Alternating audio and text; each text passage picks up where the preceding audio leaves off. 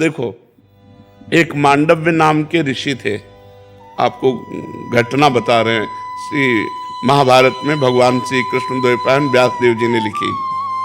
वो हाथ उठा करके अपने आश्रम में ऐसे तप कर रहे थे, तो कुछ चोर राजा के यहाँ से चोरी करके भगे, तो राज कर्मचारियों ने उनका पीछा किया, तो उन्होंने बचने के लिए ऋषि के आश्रम का सहारा लिया। पर राज कर्मचारियों ने देख लिया था कि आश्रम में गए, तो आश्रम में घुस गए, तो चोर भी मिल गए और सामान भी मिल गया। तो राज कर्मचारियों को लगा ये बाबा जी का ढोंग कर रहा है, मांडव्य ऋषि को ये चोर रखता है, और चोरी करवा करके ऐसा उनको भी बांध लिया। अब वो इतने समाधिस्थ हैं कि उनको होश ही नहीं है, भगवान में इतने लीन है कि उनको होश नहीं है। राजा के पास गए, राजा ने तुरंत आदेश कर दिया सबको सूली पे चढ़ा दो, तो सबको सूली पे चढ़ा दिया और मांडव्य ऋषि को भी सूली पे चढ़ा दिया। सूली होती है एक भाले जैसी आकृति की, और उसको ऊपर से ले जाकर ऐसे छोड़ा जाता है, तो उसके गुदा द्वार में जितना घुस जाए, अब वो तड़प तड़प कर मरता है, बहुत बुरी सजा है। तो जो ही गुदा द्वार में सूली इतनी घुसी, तो उनको होश आ गया।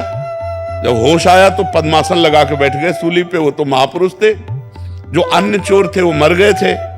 अब जब अन्य को सजा देने के लिए वहां लाया गया, तो जो ही देखा पद्मासन में, तो भाग के गए, उनका कोई महात्मा सूली पे चढ़ा। तो वो राजा आगे गाय करके ब्रह्म ऋषियों को करके आए और वंदना की, महाराज मुझे क्षमा कीजिए, मुझे पता नहीं था कि आप हैं, हम तो ऐसे समझा।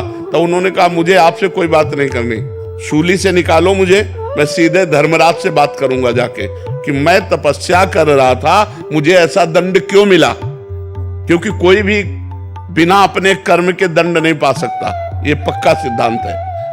तो सूली निकाली गई लेकिन निकल नहीं रही थी, लाख प्रयास किए तो सूली काट दी गई, तो उन्हें अणिमांडव्य ऋषि कहते हैं। वो सीधे धर्मराज के पास गए और धर्मराज से कहा कि मैं तुम्हें दंड देने के लिए आया हूं।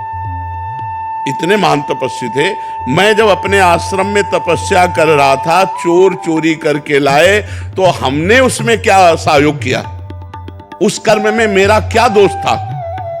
तो उनका महाराज कोई दोष ना, फिर मुझे सूली की सजा क्यों मिली। तो जैसे अपने को टीवी चला दीजिए ना, प्रोग्राम दिखाया जाए, ऐसे उन्होंने दिखाया कि देखो जब आप 8 वर्ष के थे तो तितली की गुदा में बबूल का कांटा डाल के छोड़ दिया था, इसीलिए सूली आज भी नहीं निकली, आपके पड़ी हुई। तब उनका 8 वर्ष के बालक को ज्ञान नहीं होता, इसलिए मैं आज से मर्यादा रखता हूं कि 14 वर्ष तक की अवस्था का किया हुआ पाप दंडनीय नहीं होगा, नाबालिग। और मैं तुम्हें साफ देता हूं, क्योंकि 8 वर्ष की अवस्था के द्वारा किए गए अपराध को आपने इतना बड़ा दंड दिया, तुम जाओ और मृत्यु लोक में मनुष्य रूप में जन्मो। तो वही विदुर जी के रूप में जन्मे, जो विदुर जी हैं साक्षात धर्मराज जी हैं। तो देखा, छोटा सा खेल खेल में तितली की गुदा में कांटा डाल के तो सूली की सजा मिली।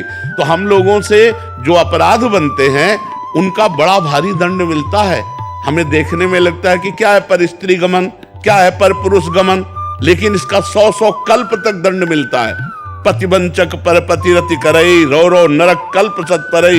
यदि पराई स्त्री से पुरुष भोग करता है तो 100 कल्प तक रो रो नरक भोग पर। जो पराई पुरुष से भोग करती है, उस ऐसा शास्त्रों में जो मर्यादा लिखा हुआ है, जो धर्म लिखा हुआ है। तो अब आपका कौन सा पाप कितना बड़ा है ये तो न्यायाधीश निर्णय करेगा, लेकिन सब पापों को नष्ट करने का एक उपाय है, नाम संकीर्तनम यस्य सर्व पाप प्रणाशनम। समस्त पापों को नाश करने के लिए भगवान का नाम गरज रहा है। नाम जप करो, नाम संकीर्तन करो, तो इसी जन्म में सब पापों का प्रायश्चित हो जाएगा।